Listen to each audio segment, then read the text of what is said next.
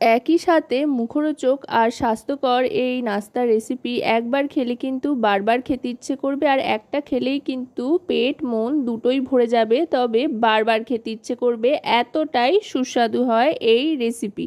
আর বানানোও কিন্তু বেশ সহজ আর খুবই ইউনিক বলতে পারেন। একটা নতুন স্বাদের এই নাস্তার রেসিপি চলুন চটপট আপনাদের সাথে শেয়ার করে নিই। এর জন্য প্রথমেই নিয়ে নিচ্ছি 1 বাটি পরিমাণে সুজি, 1 বাটি পরিমাণে ময়দা আর সম পরিমাণে বেসন। তিনটেই সমান পরিমাপে নিয়ে নিলাম সুজি, ময়দা আর বেসন। এবার নিয়ে নিচ্ছি পরিমাণ মতো নুন। এবার এই সবকটা ভালো করে মিশিয়ে নিচ্ছি।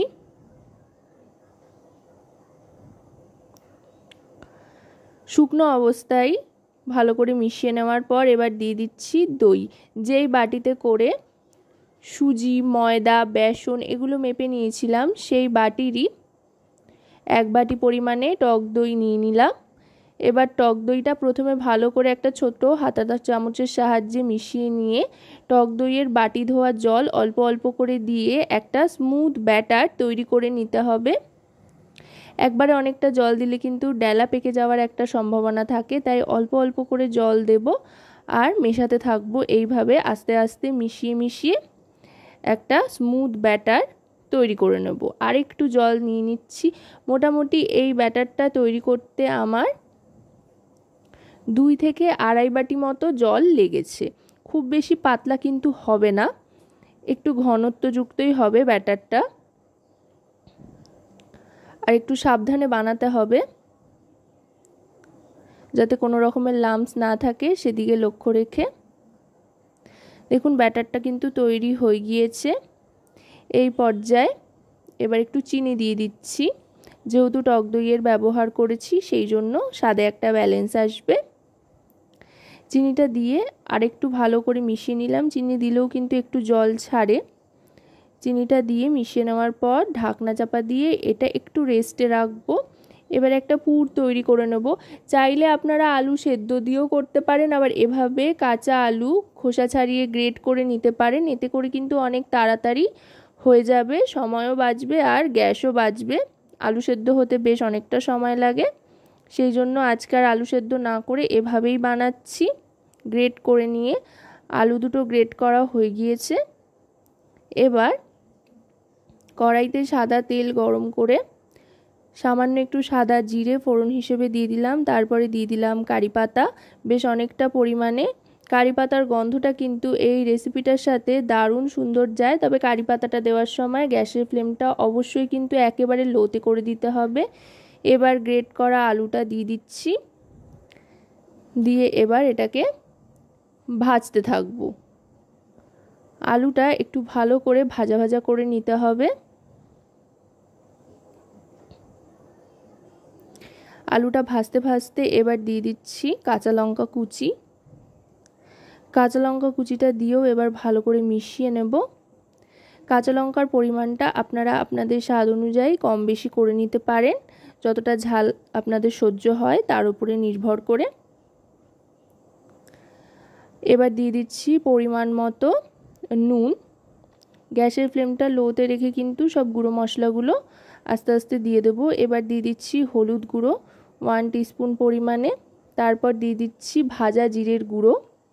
এক্ষেত্রে আপনারা যে কোনো মশলা ব্যবহার করতে পারেন, যেই ধরনের ফ্লেভার আপনাদের পছন্দ। তারপরে দিয়ে দিলাম একটু চিলি ফ্লেক্স।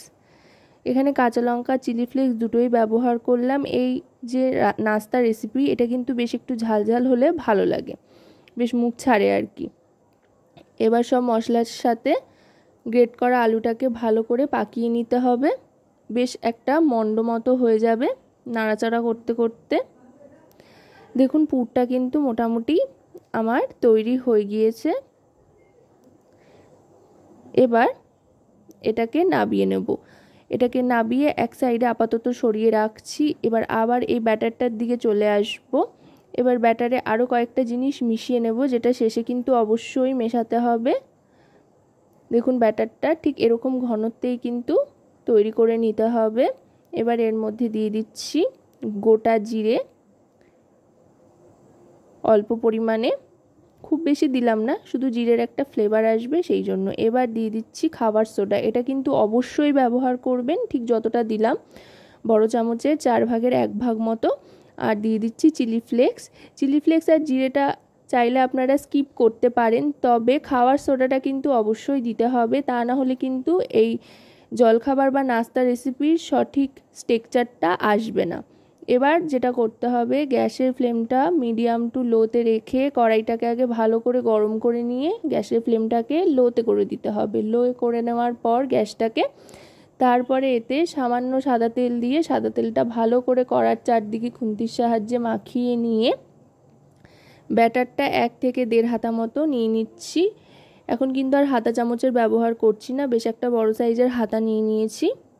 এবার এই হাতাটার সাহায্যে এভাবে ব্যাটারটা দিয়ে চারধারে ছড়িয়ে দিতে হবে।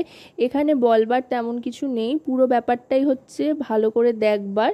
যত ভালো করে দেখতে পারবেন ঠিক ততটাই ভালো করে বানাতে পারবেন, আর খেতেও মজা হবে ঠিক ততটাই। এবার যে আলুর পুরটা বানিয়েছিলাম সেটা মাঝখানে দিয়ে দিচ্ছি, দিয়ে আস্তে আস্তে একটু একটু ছড়িয়ে দিচ্ছি। ছড়িয়ে দিয়ে এবার এর ওপর থেকে আবার আস্তে করে ব্যাটারটা দিয়ে পুরোটা ভরাট করে দিচ্ছি, যাতে ভেতরের পুরটা দেখা না যায়। এইভাবে পুরোটা দিয়ে দিচ্ছি। আর এই গোটা কাজটা কিন্তু অবশ্যই গ্যাসের ফ্লেমটাকে লোতে রেখে করতে হবে। এই দিয়ে দিলাম। এবার এর ওপর থেকে একটু যাতে দেখতে সুন্দর লাগে আর কি, গার্নিশিংয়ের জন্য কারি পাতা ছড়িয়ে দিচ্ছি। কারি পাতার একটা স্বাদও রয়েছে, আর ভেতরে পুরের মধ্যেও কারি পাতা দিয়েছি। এইভাবে কারি পাতার কুচি ছড়িয়ে দিচ্ছি। আপনারা চাইলে ধনেপাতার কুচি ধনেপাতার সিজনে দিতে পারেন। এবার ঢাকনা চাপা দিয়ে দেবো। মোটামুটি ঢাকনা চাপা দিয়ে কিন্তু 1.5 মিনিট মতো অপেক্ষা করতে হবে ঘড়ি ধরে। 1.5 থেকে 2 মিনিট বাদে ঢাকনাটা সরিয়ে নিয়ে এভাবে আস্তে করে নিয়ে উল্টে দিতে হবে। দেখুন পেছনটা দেখতে কতটা সুন্দর হয়েছে, আর এই পেছনটা এরকম যেমন দেখতে হয়েছে এটা কিন্তু খেতেও খুব ক্রিস্পি হয়, বেশ একটা মচমচে ব্যাপার আসে। এবার আরও 30 থেকে 40 সেকেন্ড অপেক্ষা করতে হবে উল্টো দিকটা ভাজা হওয়ার জন্য। আমি আরেকটু তেল দিয়ে দিচ্ছি। এবার এই পিঠটাও উল্টে নেব। দেখুন দেখতে কতটা লোভনীয়, কতটা সুন্দর হয়েছে। আর এগুলো কিন্তু বেশ ভারী হয়, একটা খেলেই পেট ভরে যায়।